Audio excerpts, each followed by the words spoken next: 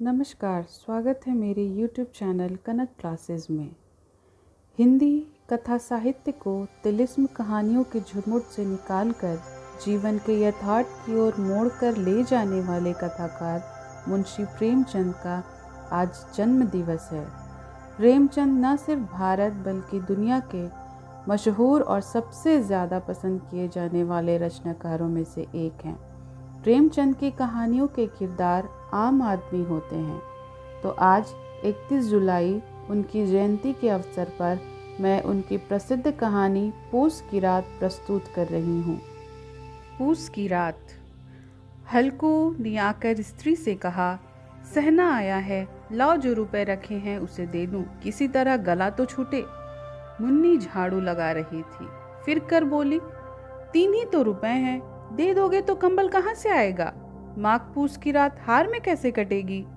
उससे कह दो फसल पर रुपए देंगे, अभी नहीं है। हल्कू एक क्षण अनिश्चित दशा में खड़ा रहा। पूस सिर पर आ गया। कंबल के बिना हार में रात को वह किसी तरह नहीं जा सकता।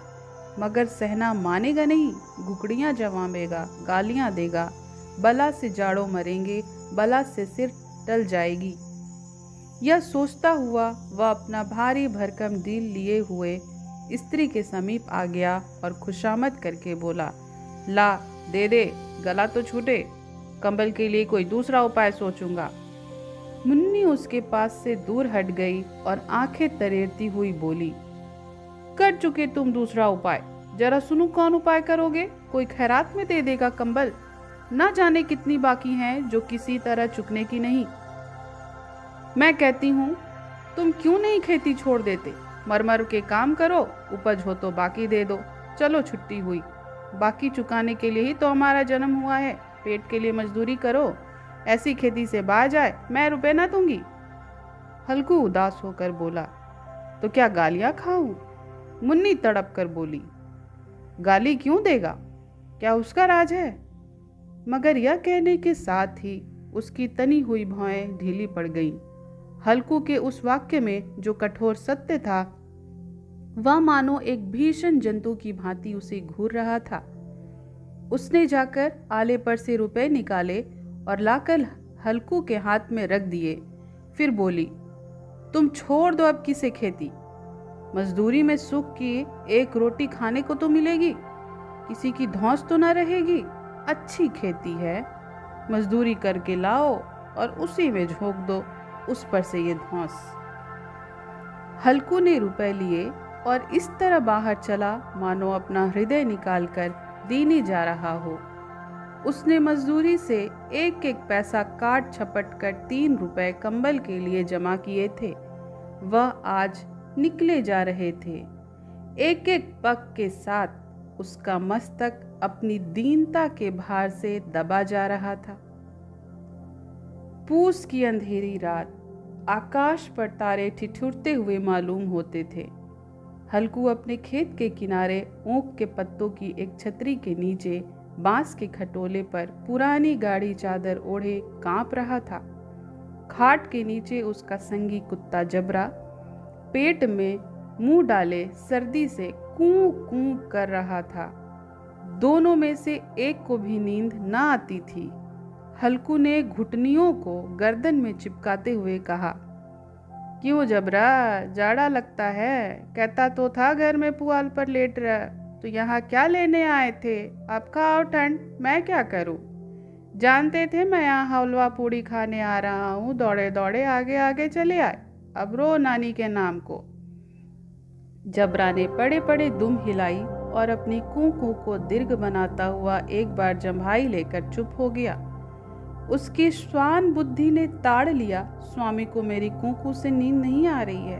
हल्कू ने हाथ निकालकर जबरा की पीठ सहलाते हुए कहा, कल से मत आना मेरे साथ, नहीं तो ठंडे हो जाओगे। यह रान पछुआ ना जाने कहाँ से बर्फ लिए आ रही है। उठो तो फिर एक चिलम भरूं, किसी तरह रात तो कटे।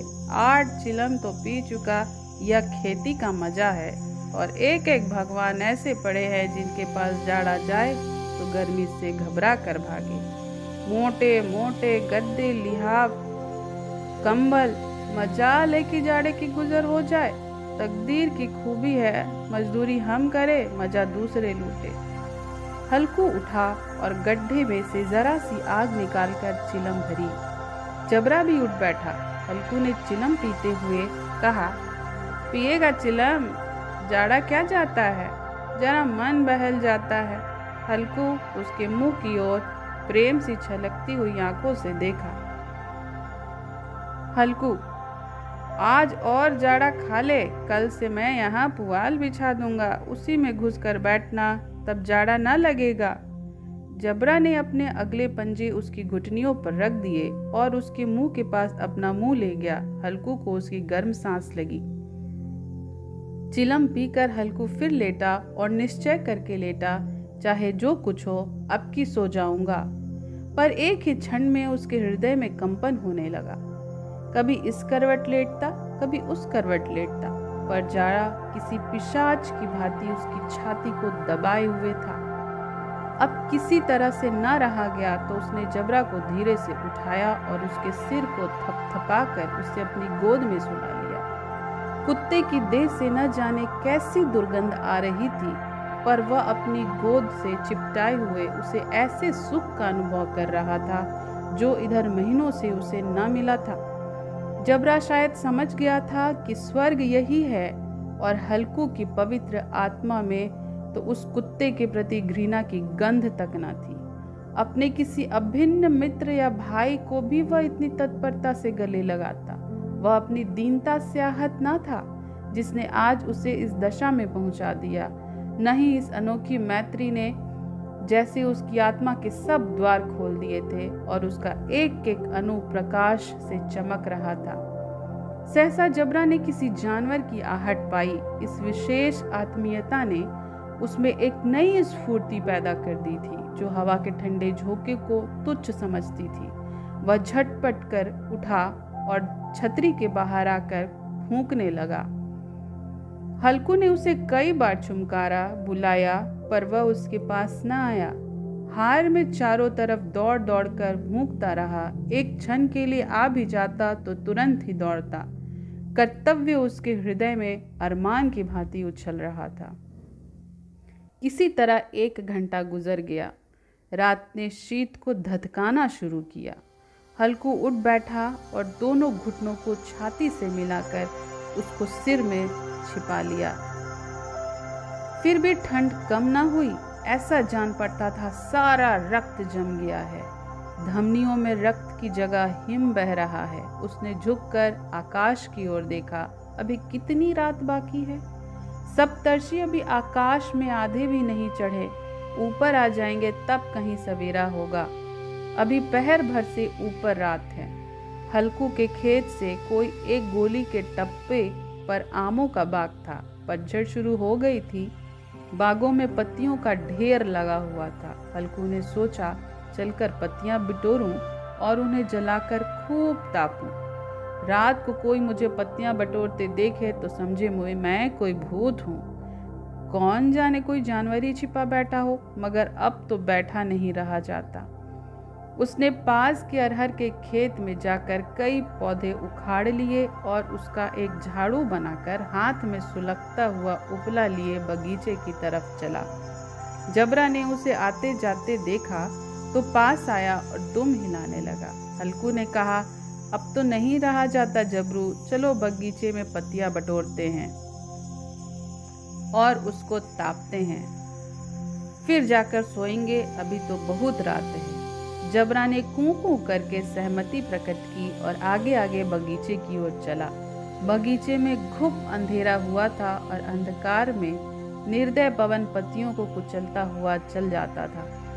वृक्षों से ओस की बूंदें टप टप नीचे टपक रही थी। एकाएक मेहंदी के फूलों की खुशबू लिए हुए एक हवा की झोंका आया। हल्कू ने कहा, कैसी अच्छी महक आई जबरू, तुम्हारी नाक में सुगंध आ रही है। जबरा को कहीं जमीन पर एक हड्डी मिल पड़ी थी। वह उसे नोच रहा था। हल्कू ने आग जमीन पर रख दी और पत्तियां बटोरने लगा। जरा देर में पत्तियों का एक ढेर लग गया। हाथ ठिठुर रहे थे, नंगे पांव गले जाते थे और वह पत्तियों का पहाड़ खड़ा कर रहा था। इसी अलाव में वह ठंड को जलाकर आज भस्म कर देगा। थोड़ी देर में अलाव जल उठा, उसकी लौ ऊपर वाले वृक्ष की पत्तियों को छू छू कर भागने लगी। उस अस्थिर प्रकाश में बगीचे के विशाल वृक्ष ऐसे मालूम होते थे मानो उस अथाह अंधकार को अपने सिरों पर संभाले हुए हो। अंधकार के उस अनंत सागर में यह प्रकाश एक नौका के समान मचलता हुआ जान पड़ता था। हल्कू अलाव के सामने बैठा आग ताप रहा था। एक क्षण में उसने दोहर उतारकर बगल में दबा ली और दोनों पांव फैला दिए, मानो ठंड को ललकार रहा हो। तेरे जी में जो आए सो कर। ठंड की असीम शक्ति पर विजय पाकर वह विजय गर्व को हृदय में छिपा ना सकता था। उसने जबरा से कहा, क्यों जब्बर, अब ठंड नहीं लग रही? जबरा ने कूं कूं करके मानो कहा, अब क्या ठंड लगती ही रहेगी? पहले से यह उपाय ना सूझी, इतनी ठंड ना खाते। जबरा ने पूंछ हिलाई। अच्छा आओ इस अलाव को कूद कर पार करे, देखे कौन निकल जाता है। अगर जल गए तो बच गए, तो मैं दवा ना करूंगा। जबरा ने उस अग्नि राशि की ओर कातर नेत्रों से देखा। मुन्नी, कल से ना कह देना कि नहीं तो लड़ाई होगी। यह कहता हुआ वह उछला और अलाव के ऊपर से साफ निकल गया। पैरों में जरा लपट लगी, पर वह कोई बात ना थी। जबरा आग के गिर्द में घूमकर उसके पास आ खड़ा हुआ। हल्कू ने कहा, चलो चलो, इसकी सही नहीं, ऊपर से आओ। वह फिर कूदा और अलाव के इस पार आ गया। पत्तियां जल चुकी थी। बगीचे में फिर अंधेरा छाया था। राख के नीचे कुछ कुछ आग बाकी थी, जो हवा का झोंका आ जाने पर जरा जाग उठती थी, पर एक क्षण में फिर आंखें बंद कर लेती थी। हल्कू ने फिर चादर ओढ़ ली और गर्म राख के पास बैठा हुआ एक गीत गुनगुनाने लगा। उसके बदन में गर्मी आ गई थी, पर ज्यों-ज्यों शीत बढ़ती जाती थी, उसे आलस से दबाए लेता था। जबरा जोर से भौंक कर खेत की ओर भागा। हल्कू को ऐसा मालूम हुआ कि जानवरों का एक झुंड उसके खेत में आया है। शायद नील गायों का झुंड था। उनके कूदने दौड़ने की आवाजें साफ कान में आ रही थी। फिर ऐसा मालूम हुआ कि वह खेत चर रही हैं। उनके चबाने की आवाज चर चर सुनाई देने लगी। उसने दिल में कहा, नहीं नहीं, जबरा के होते कोई जानवर खेत में नहीं आ सकता। नोच ही डाले, मुझे भ्रम हो रहा है। कहाँ, अब तो कुछ नहीं सुनाई देता है। मुझे भी कैसा धोखा हुआ। उसने जोर से आवाज लगाई, जबरा जबरा। जबरा भूंकता रहा, उसके पास ना आया। फिर खेत के चरे जाने की आहट मिली। अब वह अपने को धोखा ना दे सका। उसे अपनी जगह से हिलना जहर लग रहा था। कैसा दंदनाया हुआ बैठा था। इस जाड़े पाले में खेत में जाना, जानवरों के पीछे दौड़ना असुझ जान पड़ा। वह अपनी जगह से ना हिला। उसने जोर से आवाज लगाई, लिहो लिहो लिहो लिहो। जबरा भूख कर उठा। जानवर खेत चर रहे थे। फसल तैयार है, कैसी अच्छी खेती थी, पर ये दुष्ट जानवर उसका सर्वनाश किए डालते हैं। हल्कू पक्का इरादा करके उठा और 2-3 कदम चला, पर एकाएक हवा का ऐसा ठंडा चुभने वाला बिच्छू के डंक जैसा झोंका लगा कि वह फिर बुझते हुए अलाव के पास आ बैठा और राख को कुरेद कर अपनी ठंडी देह को गरमाने लगा। जबरा अपना गला फाड़े डालता था। नील गाय खेत का सफाया किए डालती थी और हल्कू गर्म राख के पास शांत बैठा हुआ था। अब कर्मण्यता ने रस्सियों की भांति उसे चारों तरफ से जकड़ रखा था। उसी राख के पास गर्म जमीन पर वह चादर ओढ़कर सो गया। सवेरे जब उसकी आंख खुली तब चारों तरफ धूप फैल गई थी और मुन्नी कह रही थी, क्या आज सोते ही रहोगे? तुम यहाँ आकर रम गए और उधर सारा खेत चौपट हो गया। हल्कू ने उठकर कहा, क्या तू खेत से होकर आ रही है? मुन्नी बोली, हाँ, सारे खेत का सत्यानाश हो गया। भला ऐसा कोई सोता है? तुम्हारे यहाँ मड़ैया डालने से क्या हुआ? हल्कू ने बहाना किया, मैं मरते मरते बचा। तुझे अपने खेत की पड़ी है? पेट में ऐसा दर्द हुआ कि मैं ही जानता हूं। दोनों फिर खेत की डाढ़ पर आए। देखा सारा खेत रौंदा हुआ पड़ा है और जबड़ा मरैया के नीचे चित्त लेटा है, मानो प्राण ही ना हो।